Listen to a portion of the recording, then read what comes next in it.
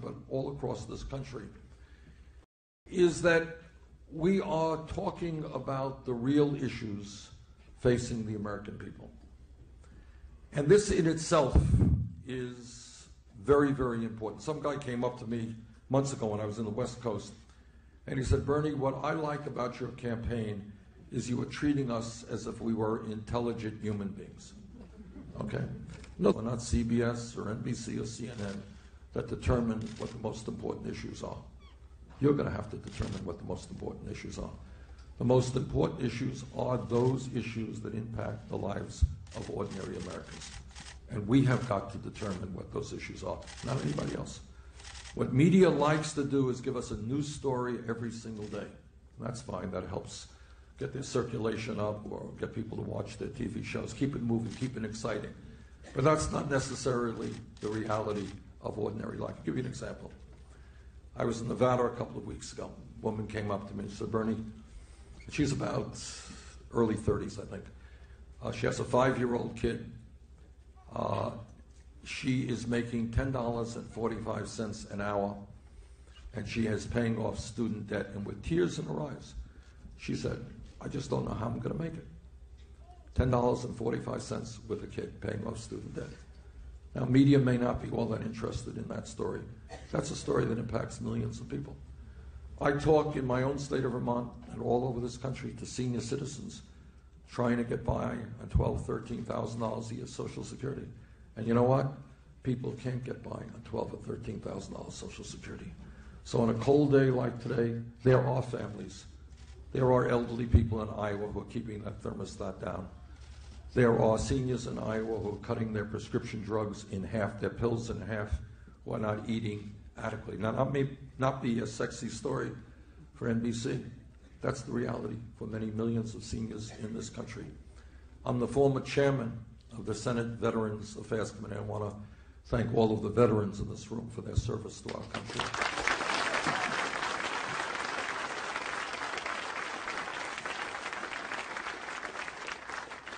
And it's not widely known, but as a result of the wars in Iraq and Afghanistan, it's not only that we lost 6,700 brave men and women, including more than a few from my own small state, but 500,000 have come home with PTSD and traumatic brain injury. And that means not only are those veterans themselves suffering, their children and their wives are suffering. We have seen families break up. We have seen kids not get the attention that they need. People who used to be able to go out and earn good money doing good jobs can't do them anymore. May not be a sexy issue today. That's a real issue impacting so many of our families. So we have got to determine what the issues are. And here's another issue that I want to throw out there. Again, you don't see it much in the media, but I want you to think about it. Everybody in this room knows that in the last 30, 40 years, we have seen an explosion of technology, right? It's a funny story. I was mayor-elected mayor of Burlington, Vermont, 1981. When I was elected, I know the young people will think this is impossible, but when I was elected mayor of Burlington, we did not have a computer in City Hall. Can you imagine that? Hard to imagine. George Washington, Bernie Sanders, we didn't have a computer. All right, but that's how much the world has actually changed. We got a computer a few years later.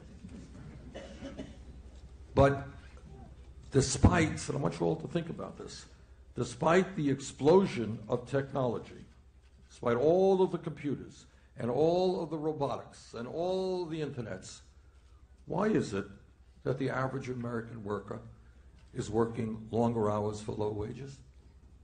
Why is that? If I gave you a tool to make you more productive, don't you think you should be making more money or working fewer hours? And yet, the opposite is true. You're working longer hours for low wages. Why is that? Those are the kinds of questions that we have got to ask.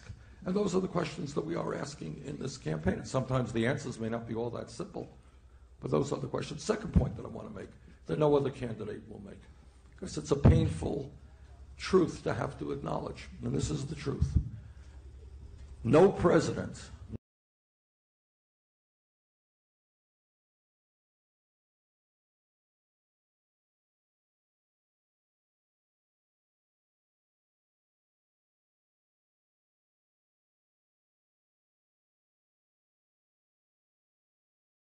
not Bernie Sanders, and I'm here obviously to ask.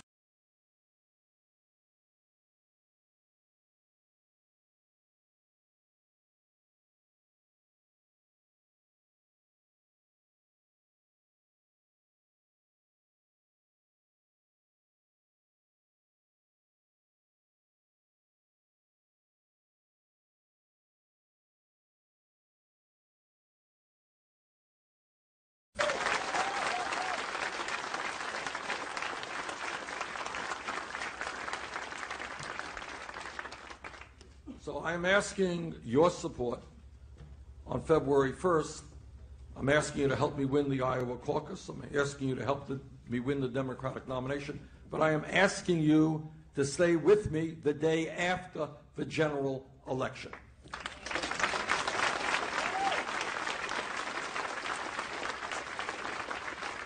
There's one other issue I want to go into before I get into the thrust of my remarks, then I'll stop and take your questions and comments. I keep reading in the newspapers, people who are interviewed, people who go to meetings like this, and they say, well, I like Bernie, I agree with his ideas, but, I don't think I can support him because he really can't win the general election. So let me disabuse you of that situation. Almost all of the polls, and polls are polls, they go up, they go down, but almost all of the polls that have come out suggest that I am a much stronger candidate against the Republicans than is Hillary Clinton.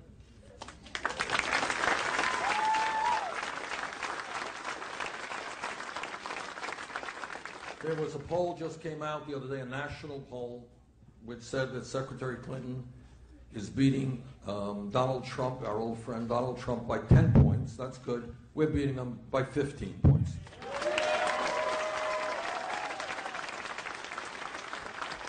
Another poll that came out a few weeks ago, national poll, said that Hillary Clinton is beating him by 7 points. That's good. We're beating him by 13 points.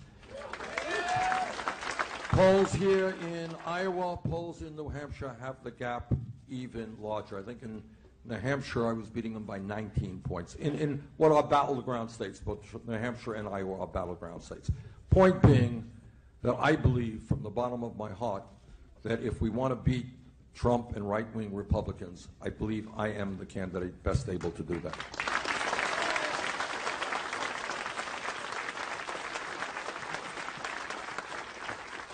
Okay, let's talk about issues.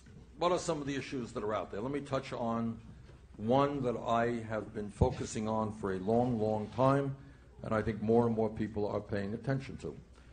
And that is the nature of the American economy and the grotesque level of income and wealth inequality that exists today. In our country and around the world, there have always been rich, there have always been poor. No debate about that. But what we're seeing now is absolutely grotesque, and it is worse.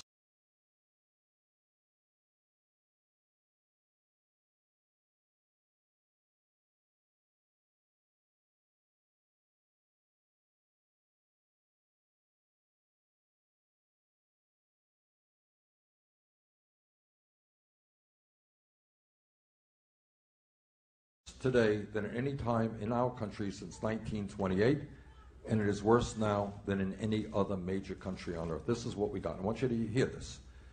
Today in America, the top 1/10 of 1%, not 1%, 1/10 of 1%, owns almost as much wealth as the bottom 90%. Got that? Today in America, the 20 wealthiest people own more wealth than the bottom half of American society, 150 million Americans. Today in America, one family, the Walton family of Walmart, one family owns more wealth than the bottom 40% of the American people. And here's an irony with regard to the Walton family of Walmart. You've heard a whole lot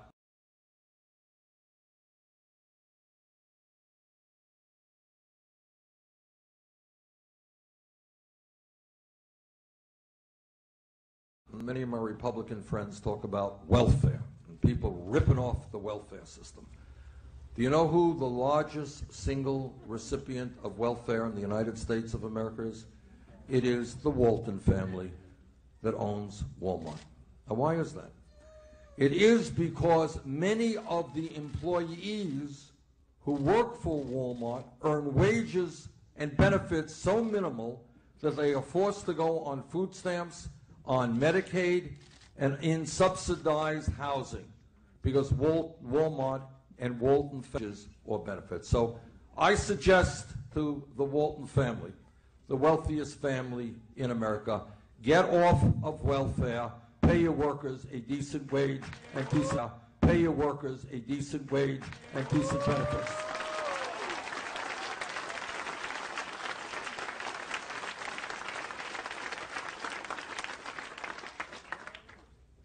But it's not only wealth, it is income. It's what we earn in a given year. In my state, and I'm sure in Iowa, we have people who are working not one job, they're working 2 jobs, they are working 3 jobs. Just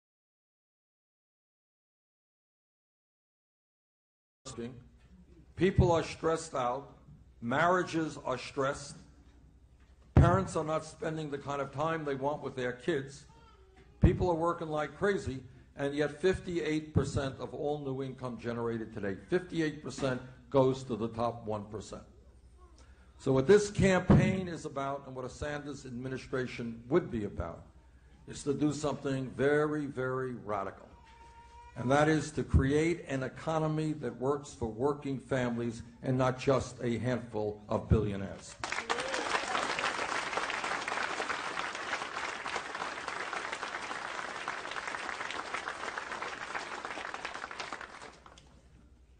When we talk about why people are working such long hours, it has everything to do with the fact that wages in this country are just too low. In my view, the federal minimum wage of $7.25 an hour is a starvation wage. You can do the arithmetic as well as I do. Take $8 an hour, multiply it by 40 hours a week, 50 weeks a year, and you come up with a number that not only can a family not live on, certainly an individual cannot live on. Can't do it. You can't own a car, you can't put gas in the car, you can't buy insurance for the car, you can't get health care, you can't heat a home on $8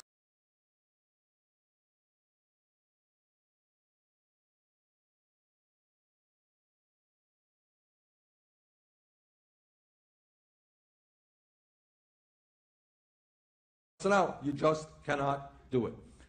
So my view is that we've got to raise the minimum wage to a living wage, and that is $15 an hour over the next several years.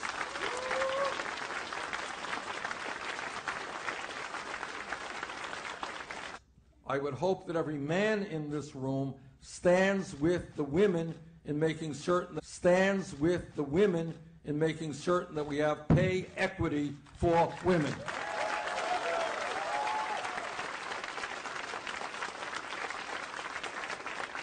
There is no rational economic reason as to why women should be making 79 cents on the dollar compared to men. That is just old-fashioned sexism, and together, let's change that.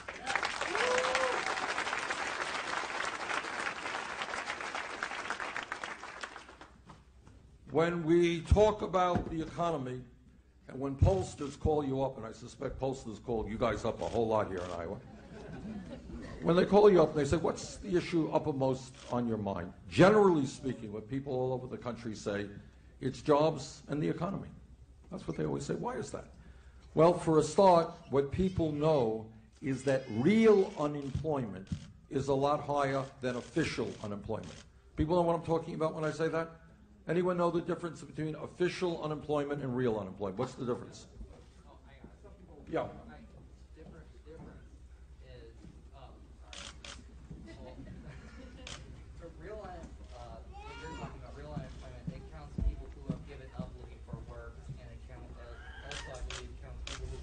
Exactly. Teachers, give this young man an A.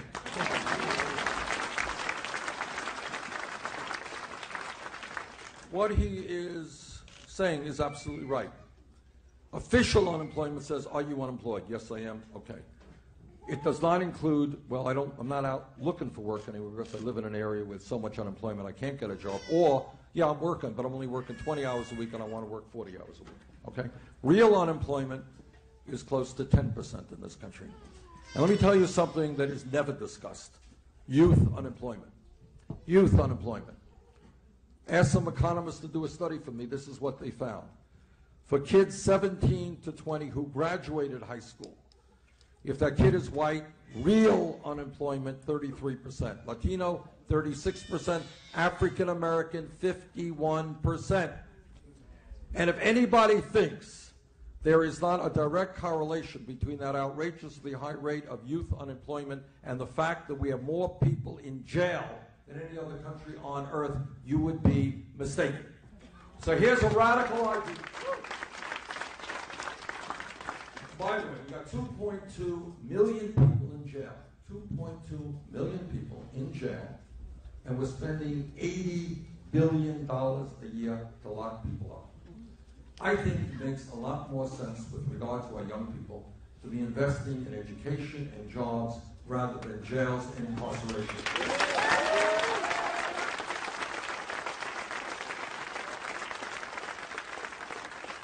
It costs less money to send somebody to the University of Iowa than to lock them up. Let's send them to the University of Iowa.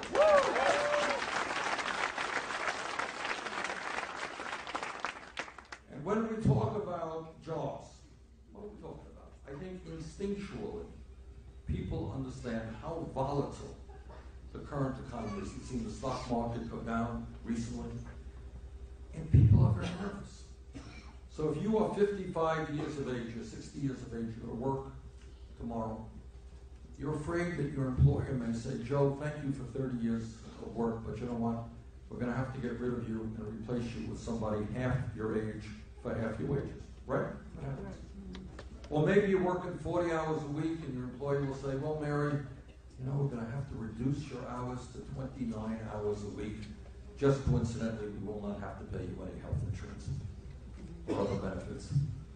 Or maybe you are a college graduate, deeply in debt, and you can't find work commensurate with your education. That happens. Maybe you're a high school kid, high school graduate, you can't find any work at all at any wages. That's why people are nervous about the economy. So I believe when we have so many people unemployed and underemployed, and when we have a real crisis in youth unemployment, we need a massive federal jobs program to put Americans back to work.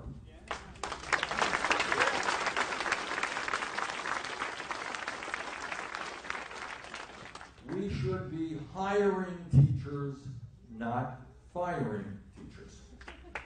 Instead of having a dysfunctional child care and pre-K system, we can have the best child care system in the world where when mom and dad go to work, there is affordable, high-quality care for the little ones, and we do that by hiring hundreds of thousands of well-trained, well-paid child care workers.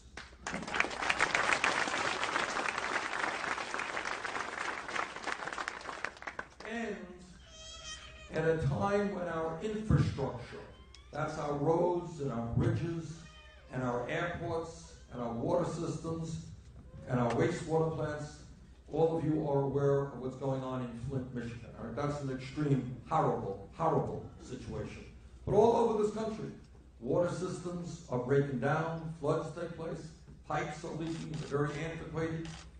Until a few years ago, we had a water system in one of the largest cities in Vermont that was built before the Civil War.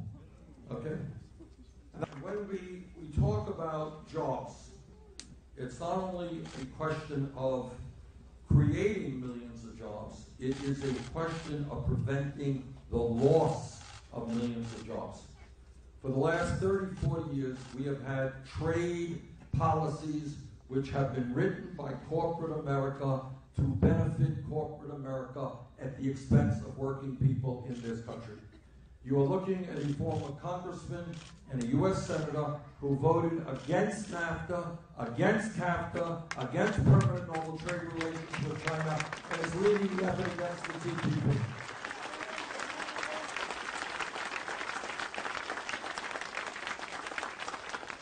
Tonight, when you turn on the TV, you're going to see every major corporation in America say, buy this, buy that, buy that. If they want us to buy their products, maybe they better start manufacturing those products in America, not in China, not in Vietnam.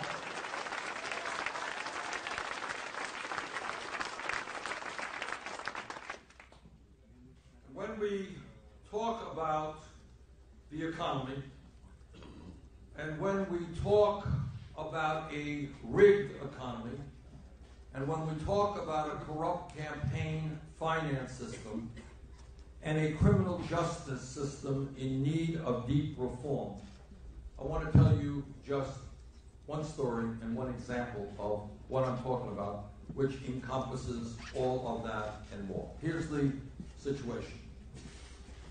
A few days ago, some of you may have noticed, I don't know how much got reported here in the Iowa press. A few days ago, Goldman Sachs, you all know what Goldman Sachs is? Goldman Sachs is one of the largest financial institutions in America. It is an institution that you were kind enough to bail out.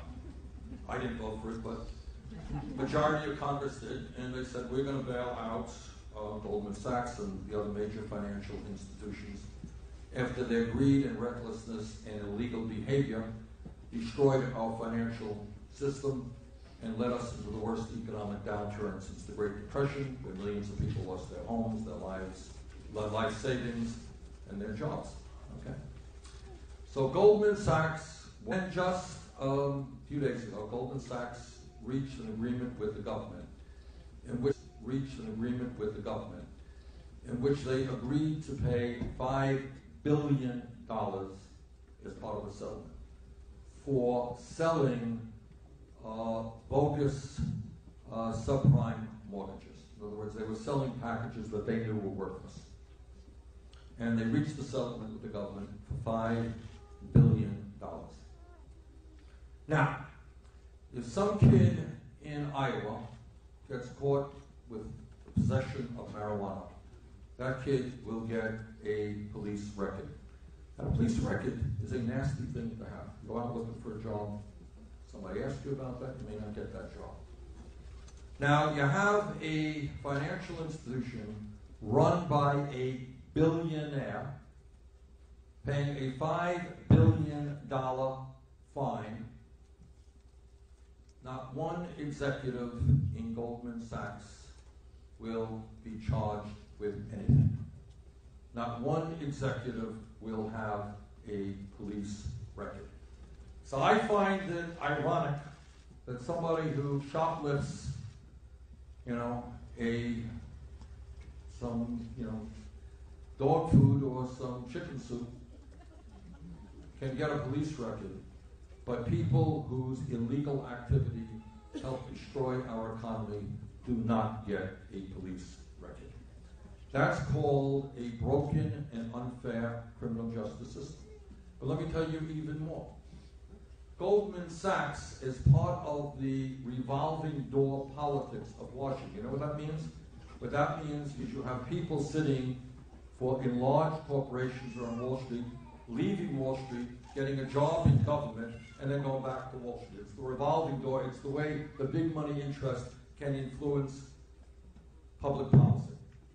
Over the last several decades, Goldman Sachs, a corrupt major financial institutions, had two Secretary of State, the Secretary of the Treasury, one in a Democratic administration, one in a Republican administration. That is what power in America is about. That is what a rigged economy is about. A huge and powerful financial institution functions illegally, destroys the economy, nobody gets charged with anything. The same institution influences public policy at the highest level, by providing the government under Democrats and Republicans with secretaries of the Treasury. And then to add insult to injury, the billionaire leader, CEO of this particular company, has the nerve to come to Washington and tell members of Congress they should cut Social Security, Medicare, and Medicaid. And then on top of all of that, this same financial institution provides huge amounts of money in campaign contributions and in speaking fees to unnamed candidates. That is what a corrupt system is about. And that one example tells you everything that you need to know about campaign finance, about a rigged economy, and a broken criminal justice system. This is tough stuff, and I know a lot of Americans don't even want to hear about it because it does not make us happy. But that is what this campaign is about. That is why, not surprisingly, Wall Street is not all that sympathetic to my candidacy. It will shock you, I know. It's why corporate America is not particularly sympathetic. But if we are serious about bringing about the changes that we need as a country, we have to deal with that. We can't run away with it. You want to put it under the rug? Fine, then you're never going to do anything. A lot of candidates have good ideas. Secretary Clinton is very smart. She has a lot of good ideas. Governor O'Malley has good ideas. But at the end of the day, what it's about, do we have the courage to deal with that issue? And if we do, I urge you to join the political revolution.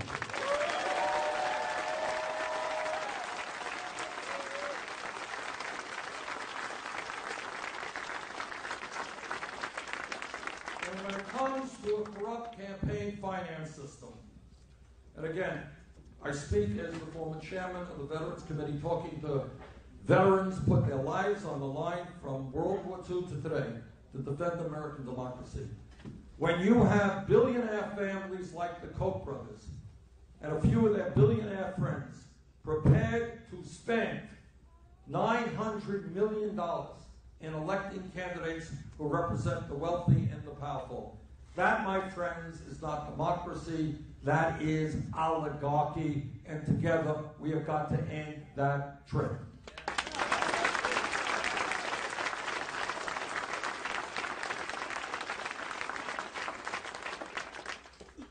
Now, I think when you got a rigged economy, I believe that when in the last 30 years we have seen a massive transfer of income and wealth from the middle class to the top 0.1%, we have got to tell our billionaire friends and large profitable corporations that they are going to have to start paying their fair share of taxes. And what we are going to be doing with that money is rebuilding our infrastructure, creating millions of decent paying jobs, and I'll tell you what else we're going to do. In the year 2016, when we talk about public education, by the way, Iowa has been historically one of the states leading the nation in terms of public education. And when Iowa led by saying, you know what, it's not right that working class kids got to work in factories and on farms when they should be in school. That's what Iowa said 100, 150 years ago. And all over the country, in my state, all over the country, people said, yeah, kids in America are entitled to free public education. And right now, when we talk about free public education, what we're talking about is kindergarten or first grade through 12th grade. That's fine. This is the year 2016. We have got to go further than that. And when we talk about public education, what we have got to say is that public colleges and universities should be tuition free.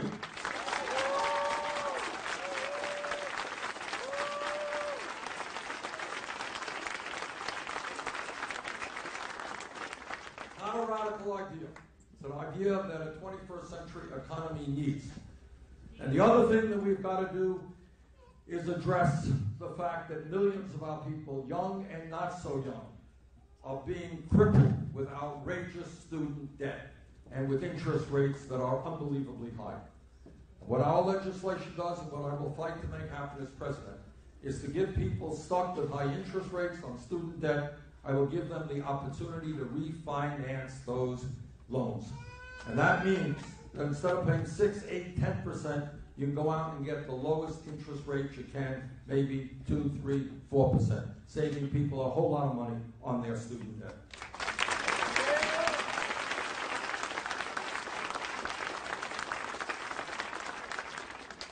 And when we talk about major issues, I talk to you and speak to you as a member of the Senate Environmental Committee and the Senate Energy Committee. And what I will tell you, having talked to scientists all over our country and all over the world, that the debate is over. Climate change is real. It is caused by human activity. It is already causing devastating problems in our country and around the world. And as president, what I will do is help lead this country to work with China, Russia, India. We can't do it alone. Countries all over the world in taking on the fossil fuel industry and in transforming our energy system away from fossil fuel to energy efficiency and sustainable energy. And let me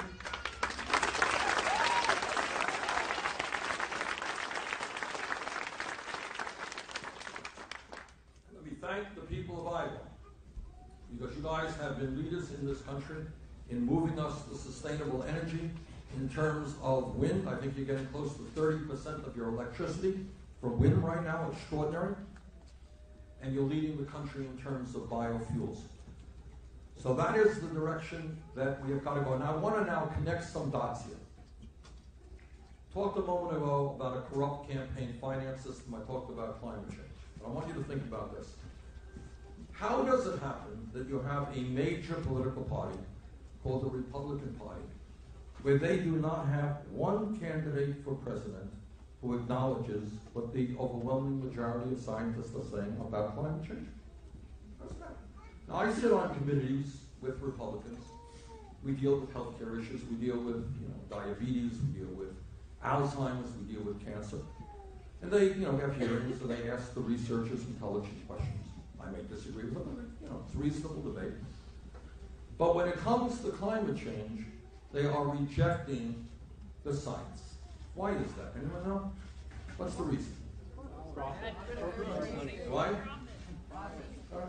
The reason is a pretty simple one.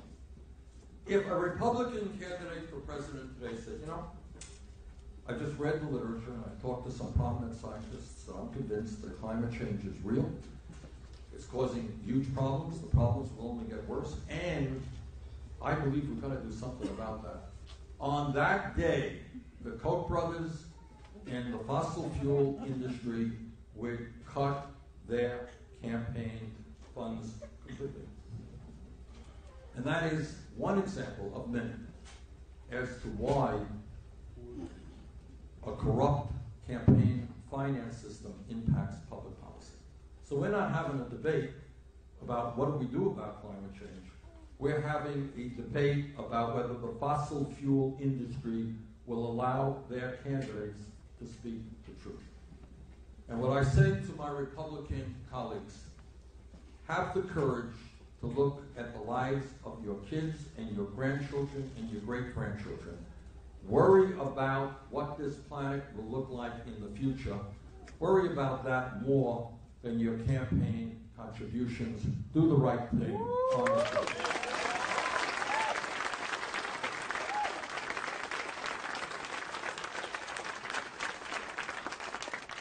Last issue I want to raise, then we'll open it up. I am a member of the Health, Education, Labor Committee, which for a while was chaired by your former Senator, Tom Harkin. And in that capacity, I helped write the Affordable Care Act, which has done a lot of good things for our country. 17 million Americans now have health insurance who previously did not. And in fact, the percentage of uninsured in this country is now the lowest that it's been in a long time. We have gotten rid of this obscenity called pre-existing conditions. Remember pre-existing conditions? This insanity established by the insurance companies to make as much money as possible to say, oh, you had breast cancer 5 years ago. Well, we'll cover you on everything except for breast cancer. because if it recurs, it's expensive and we don't want to have to pay it out. You just stop and you think about it. This is insane. That's what insurance is supposed to be. You know, it's like saying you got fire insurance except if a fire breaks out. You know, that's what it is. Totally crazy. That's gone. We've got some other good things in it. But it is also important to understand that, in my view at least, we have got to do better. And why I say that is that today we have 29 million people with zero health insurance. We have even more who are underinsured with high deductibles and high copayments. Anybody here have high deductibles? Would somebody want to tell me, don't feel obliged, but anybody want to tell me what the deductibles are? $2,800. $2,800. One person. Anybody else? How much? 10,000. So you have to pay out the first 10,000 for the whole family. Okay. Anybody else? 4,000. Okay. I feel like a Vermont auctioneer going around. I'm afraid you win. I don't know what you're. Not a great victory here, but that she didn't win. And what that means is when you have high deductibles and you don't have a lot of money, what does it mean? It means that when you get sick, you probably don't go to the doctor. And I have talked to doctors in my own state of Vermont and all over this country who have told me, and I think probably all doctors have experienced this at one time or another, people walk into the office. They're very, very sick. And the doctor said, why didn't you come in when you first knew you're feeling this pain in your stomach? And people will say, well, I didn't have any health insurance or I had a deductible and I couldn't afford it. Sometimes those people find themselves in a terminal situation who should not be. Sometimes they end up going to the hospital with huge pain and expense, which should not have been necessary if they went to the doctor when they should. So here we are today in 2016. We have 29 million uninsured, even more underinsured. We pay the highest prices in the world by far for prescription drugs. Anyone dealing with prescription drug issues? You walk into your drugstore tomorrow, and the medicine you've been taking for 10 years, the price can double. Nothing you can do about it. There is no law to prevent it. So I believe that while we have made progress under the Affordable Care Act, we have got to go further. And we have got to understand that every other major country on earth guarantees health care for all people as a right, every man, woman, and child, and also understand that despite so many uninsured and underinsured, we end up paying, and here is the main point, far, far more per person on health care than do the people of other countries who guarantee health care to all of their people. We spend almost 3 times what the British spend per person, and they get health care for all their people. 50% more than the French, far more than the Canadians. So in my view, I want to see this country, and it won't be tomorrow, but I want to see this country move to a healthcare system which guarantees healthcare to all people as a right, and which does it in a cost-effective way to save middle-class families thousands of dollars a year on their healthcare costs. And the way to do that, in my view, is through a Medicare for all single-payer program.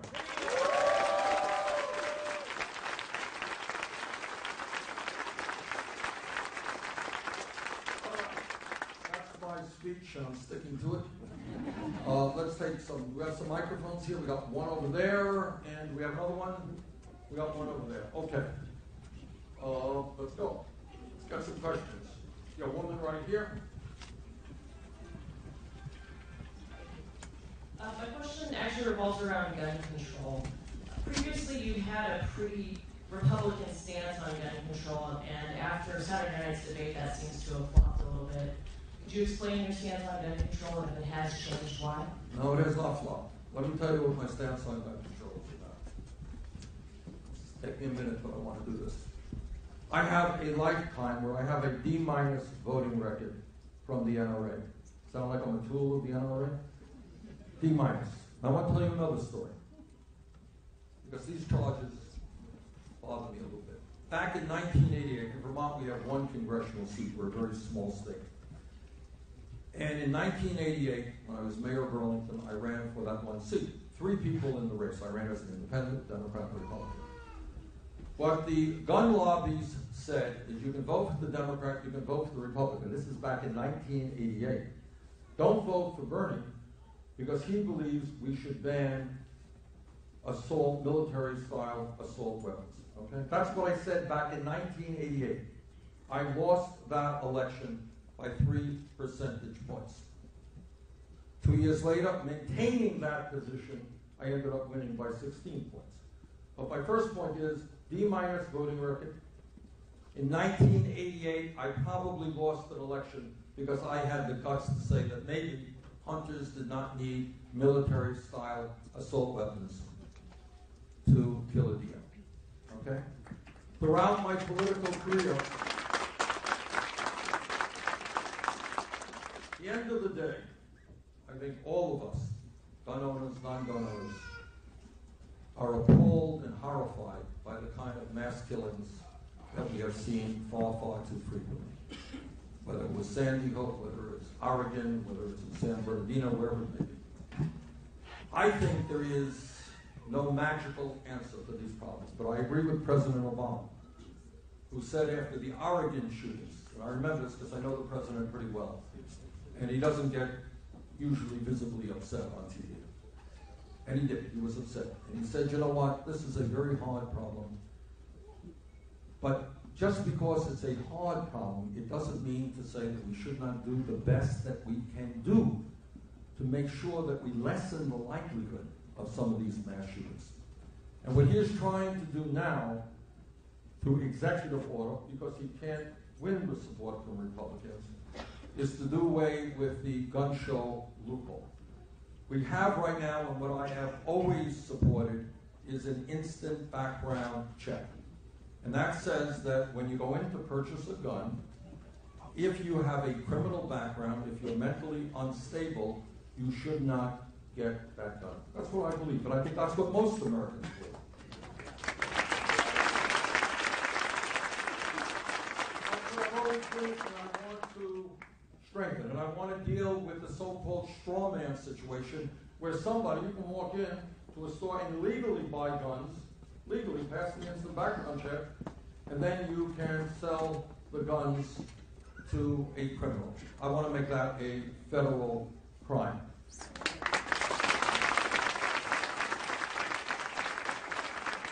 And what I've also said is that there was some bills out there that had some good things, had some bad things. Let me give you an example of the Backup Manufacturer's Liability Bill, which I've been criticized on. Question.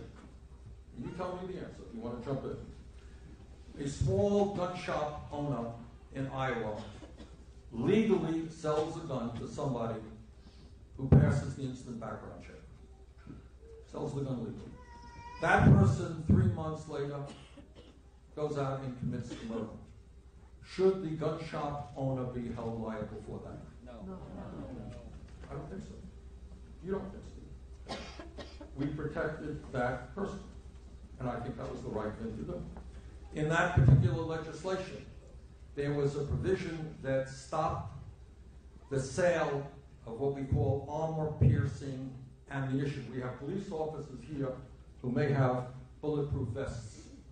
There are guns designed that can go through those vests. And I said, and many people said, no, we don't want that. We want to protect our police officers. We're going to get...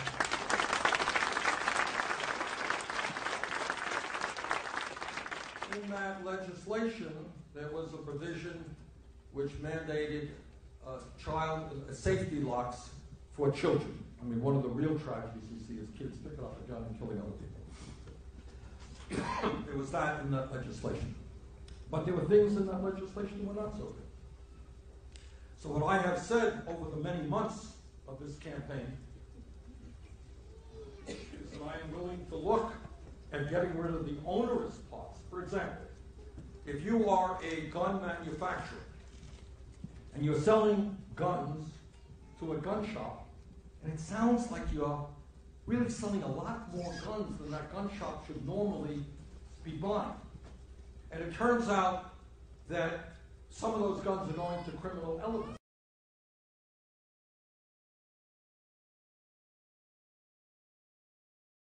and you know about it, should you be charged? Should you be liable for a lawsuit if some of those guns are used to kill people? I think so. So what you have is a piece of legislation like any piece of legislation. It has some good things, has some bad things. And what I said, I'd be willing to relook and see if we can improve that bill. That's where I am today. Okay, other questions? Yeah, we got a young lady right here. Yeah.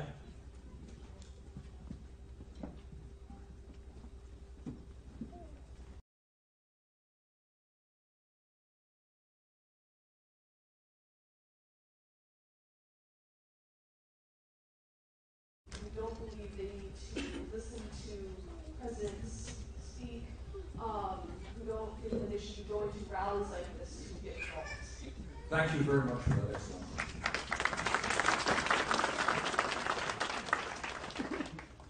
In the last election, a year ago November, midterm election, 63% of the American people didn't vote. 80% of young people didn't vote. And I am very pleased that in this campaign, we are involving a whole lot of young people in the political process. So my answer to you is, please tell, I know that some of your friends will think, you went out and wasted 2 hours going to a political meeting with this guy Bernie Sanders. What a waste of time. You could have been doing something productive with your life, like doing video games or whatever. Here you are. Tell your friends that you are right and they are wrong. That democracy is not a spectator sport. That if you and your friends are not involved in the political process, if you don't know what's going on, if you don't pay attention, if you are not involved, guess what? There are other people who will fill that vacuum. There are people out there who do not want you to be involved. They do not want you to vote. What they want is to create a system where very, very wealthy people and campaign contributors and lobbyists dominate what's going on.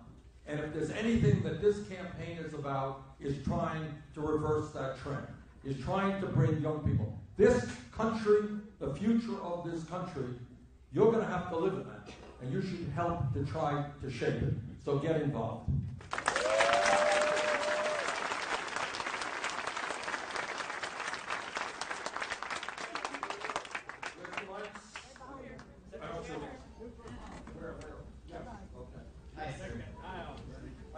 Striptease here. I'm sorry. Don't worry. First of all, I gotta say thanks for coming in. I graduated in 10 days with a bachelor's degree.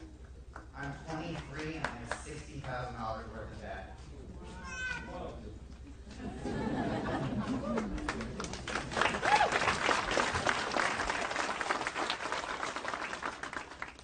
As it stands right now, I'm a white male and I'm uninsured.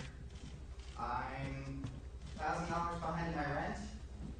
I'm working as much as I can, and I get the whole full-time, part-time, runarounds, cut your hours.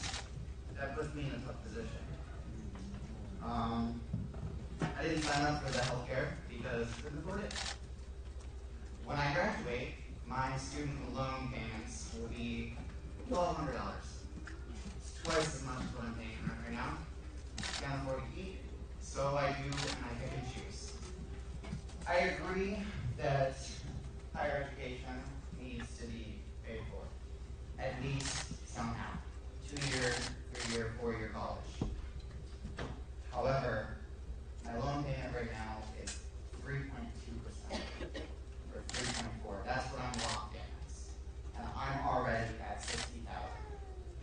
Lowering that, which I would love. I got it when they locked it in 2010. They said, all right, 3.4, that's good. That's not good. I'm 60 grand in debt. I don't know what I'm going to do. Criminal justice is my major. Criminal justice system, as you stated.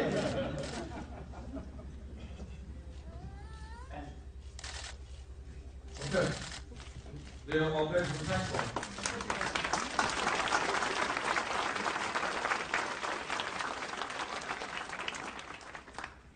Benjamin's story is the story of hundreds of thousands of people his age, if not even more. His crime in life is that he wanted to go to college. That's your crime? And you're being punished for wanting to get a higher education. That is insane. And I think we can all agree with that. So I think there are a variety of ways to deal with that. But if you're not earning sufficient income, you should not be forced to pay the kinds of payments that you're obliged to make right now. Those can be delayed. We can figure out how to deal with that.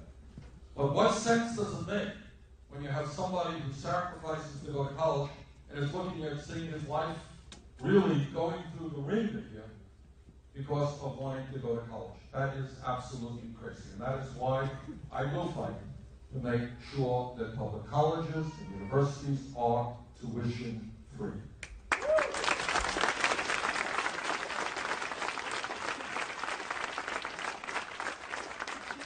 Okay, where's our mic? Yep. You got somebody? No, that's right. I feel your pain and I have to right there with you. I currently work as an EMT. EMT, yeah.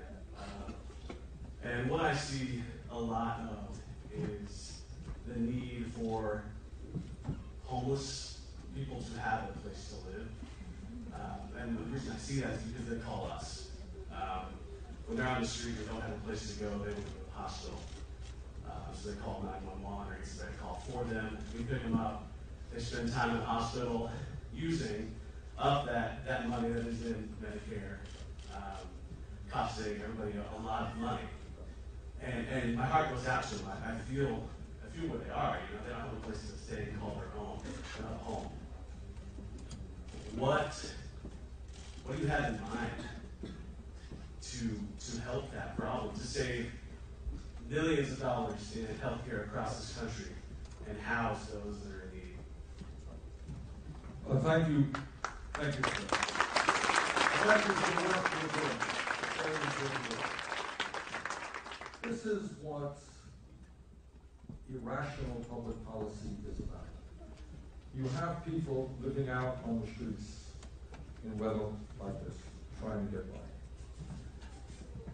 And when you're living out on the streets, by definition, somebody once said, that 48% of people who are living out on the streets have mental health issues. I challenge anybody to live out on the street today, and if you don't have a mental health issue after 2 days, I would be very surprised.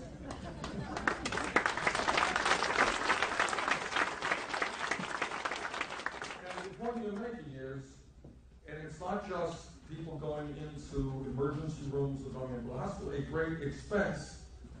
It is not dissimilar with our jail system. A significant number of people who are in jail should be receiving mental health treatment rather than incarceration. So we can save money by preventing. If somebody had affordable housing and some mental health treatment, it would cost a lot less than going to the emergency room. Is that correct? I believe it's correct. Certainly a lot less than them ending up in jail.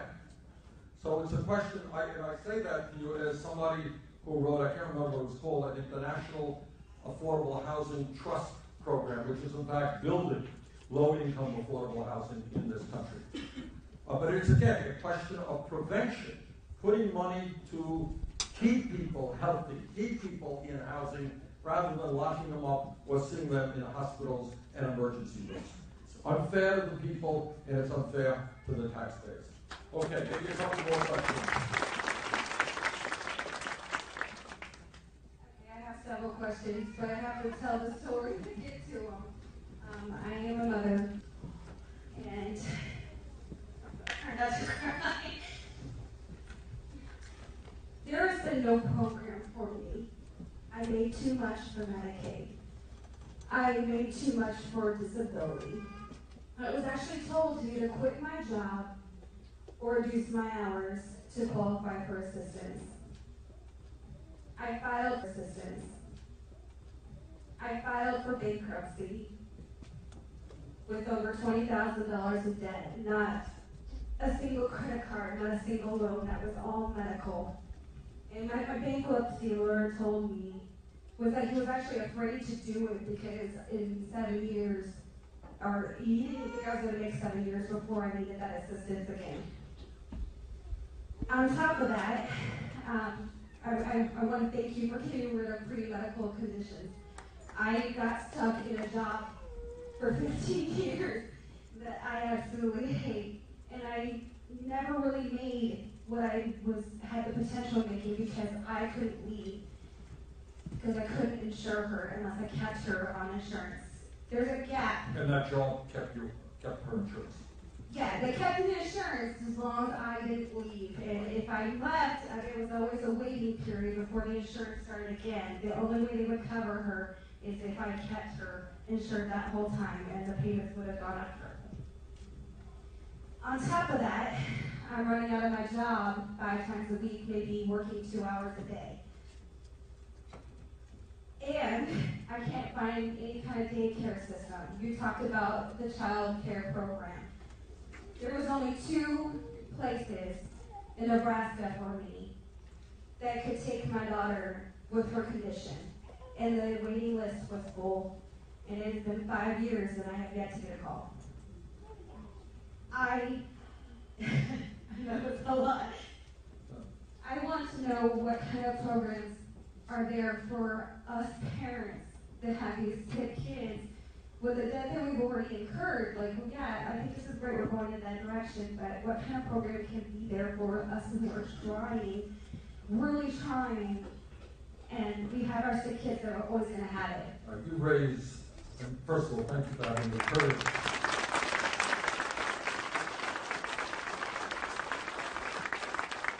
And again, like Benjamin. Benjamin gets up here. Benjamin, you think you're the only person in America with that? No, exactly that. I'm sorry, your first name is? Natalie. Natalie, there are hundreds of thousands of people in exactly your position. You touched on many, many issues. Okay, let me just touch on one. Everyone heard Natalie say that she stayed at a job that you didn't like. Is that correct? For one reason, you were able to maintain insurance for your daughter. Yes? How many people in America do exactly that? There was a story once, a couple of years ago it was. This guy, who was pretty old, he re-enlisted into the U.S. military. And I said, you're a pretty old guy. Why are you doing this? He says, my wife has breast cancer, and that's the only way I can get insurance for her. Okay? All over this country, people are staying at jobs they do not want to stay in. They'd rather go out and do something that they love or what they're really good in, but they can't do it because you can't get insurance or you lose what you have. Think of what that means to the economy.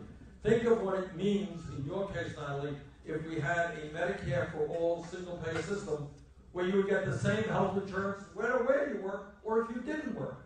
You'd get it because you and your daughter are citizens of the United States of America. Think what that would mean.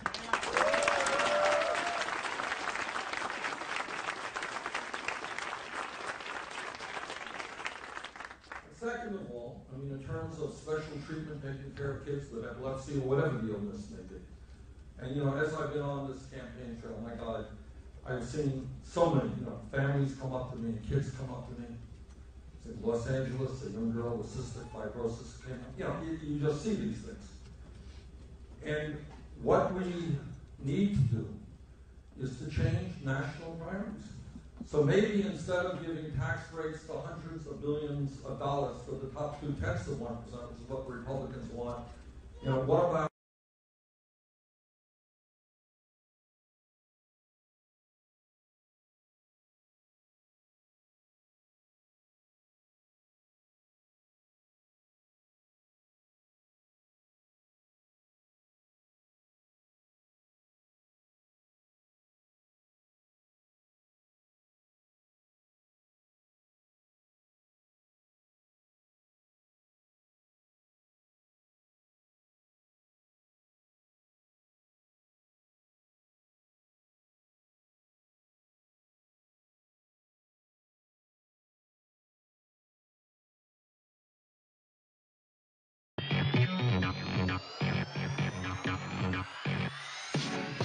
Welcome to Code Forward. I'm Natalie Morris. Last week, the U.S. State Department